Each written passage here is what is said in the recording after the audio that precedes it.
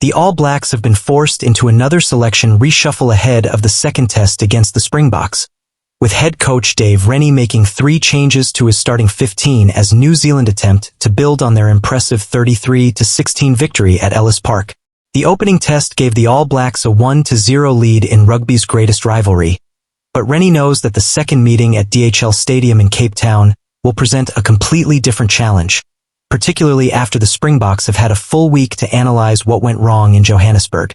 New Zealand have enjoyed an outstanding tour of South Africa so far, remaining unbeaten on South African soil and collecting victories against the Stormers, Sharks, Bulls and Lions. But the test series is the real prize, and Rennie has made it clear that last week's victory does not guarantee anything this weekend. The biggest concern for the All Blacks is the loss of 2 members of their front 5, with Ethan de Groot and Josh Lord no longer involved in the starting 15, forcing Rennie to make important changes to a pack that will again face one of the most physically powerful forward units in world rugby. At loosehead prop, Jordie Barrett comes into the starting side for Ethan de Groot, while Tupou Vaa'i moves from blindside flanker into the second row to replace Josh Lord. That decision gives New Zealand a different balance up front, and it could be one of the most important tactical changes of the match. Barrett already demonstrated during the tour that he can handle the enormous physical demands of South African rugby, while Vaa'i has experience operating in both the second row and back row. His movement into the lock position also creates an opportunity for Simon Parker to make his presence felt at blindside flanker. The front row combination of Jordie Barrett, Codie Taylor and Tyrel Lomax will have an enormous task against the Springboks, particularly after Oxench, Malcolm Marx and Wilco Louw produced a dominant scrum performance in the first test.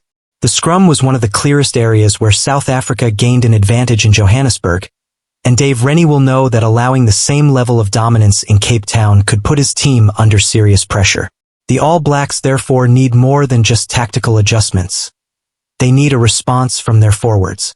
Codie Taylor remains at hooker and will again be expected to lead the set piece, while Tyrel Lomax keeps his position at tight head. The battle between the 2 front rows could once again influence the entire match, especially if the Springboks use their power to win penalties and establish field position. Behind them, Fabian Holland retains his place in the second row and will be one of the key players for New Zealand. Holland was outstanding in the first test, scoring a crucial try and making a major impact around the breakdown and lineout. His return from injury has been one of the most positive stories of the All Blacks tour, and he now has the opportunity to produce another major performance against the world champions. Moving Tupou Vaa'i into the lock position could also give New Zealand greater athleticism and mobility around the field, although it means they will need Simon Parker to provide additional physicality at blindside. Ardie Savea once again captains the team from number 8, and his leadership will be crucial as New Zealand attempt to maintain their series advantage. Savea was one of the most influential players during the first test and will again be asked to carry heavily, defend aggressively and provide leadership when the pressure increases. Alongside him, Luke Jacobson retains his place in the back row, while Simon Parker comes into the starting 15. The selection of Parker will be closely watched because the Springboks are expected to attack the breakdown and test the defensive work of the All Blacks back row. One of the biggest positives for New Zealand, however, is the continuity behind the scrum. Ruben Love remains at fly half and Cam Roigard continues at scrum half, meaning the combination that has developed throughout the tour gets another opportunity to grow. Roigard has been one of the most dangerous attacking players in the All Black squad, using his speed and physicality to create problems around the ruck. His ability to accelerate the game could be particularly important against a Springboks defense that wants to control territory and force New Zealand into a kicking battle. Love, meanwhile, will again be responsible for directing the attack and making decisions under pressure. The young fly half has impressed during the tour, and Rennie clearly trusts him enough to keep him in the starting 15 despite the enormous challenge presented by South Africa. The midfield remains unchanged, with Quinn Tupaea and Jordie Barrett continuing their partnership. That continuity could prove extremely valuable because Jordie Barrett was one of the outstanding performers in the opening test, producing a superb defensive display and repeatedly making important decisions in attack. Tupaea will have another important role in trying to contain the physical threat of Damian McKenzie and Jesse Kriel, 2 experienced Springboks centers who understand how to attack the midfield channels. Out wide, Leroy Carter has been promoted into the starting 15, with Josh Moorby moving to the bench. Carter has shown enough during the tour to earn another opportunity, and his promotion demonstrates that Rennie believes the winger is ready for the pressure of Test rugby against South Africa. On the opposite wing, Will Jordan retains his place, giving the All Blacks one of the most dangerous finishing options in international rugby. Jordan scored twice in the opening test and once again showed why he is considered one of the most intelligent attacking players in the game. His ability to read space, find gaps and finish opportunities makes him a constant threat, particularly if New Zealand can create quick ball through Roigard and Love. At fullback, Damian McKenzie remains in the number 15 jersey. His return from injury was important for New Zealand, because his creativity, kicking ability and attacking instincts give the back three another dimension. The combination of McKenzie, Will Jordan and Leroy Carter will face a major examination under the high ball, especially because Rassie Erasmus and the Springboks are likely to use tactical kicking to put pressure on the New Zealand back three. The bench also tells an interesting story.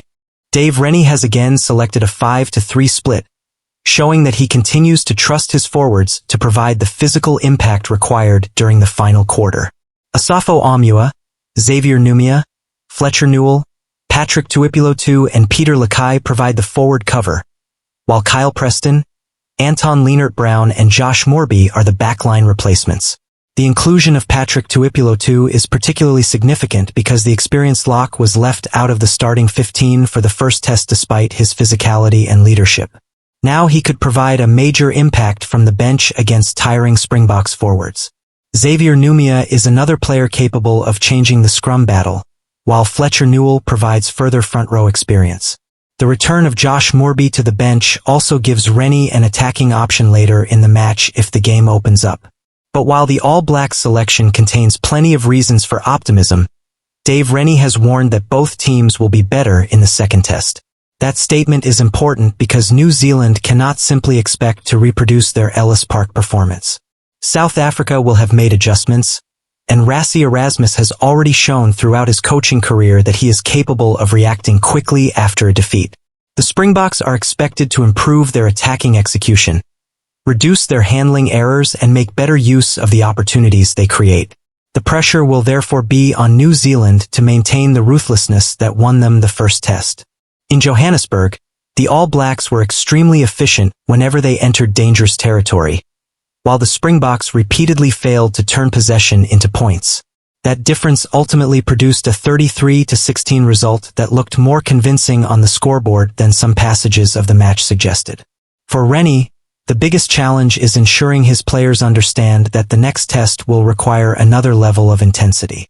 New Zealand may be leading 1-0, but South Africa will arrive in Cape Town determined to level the series. The atmosphere at DHL Stadium should be completely different from Ellis Park, and the Springboks will have the backing of their home supporters as they attempt to respond.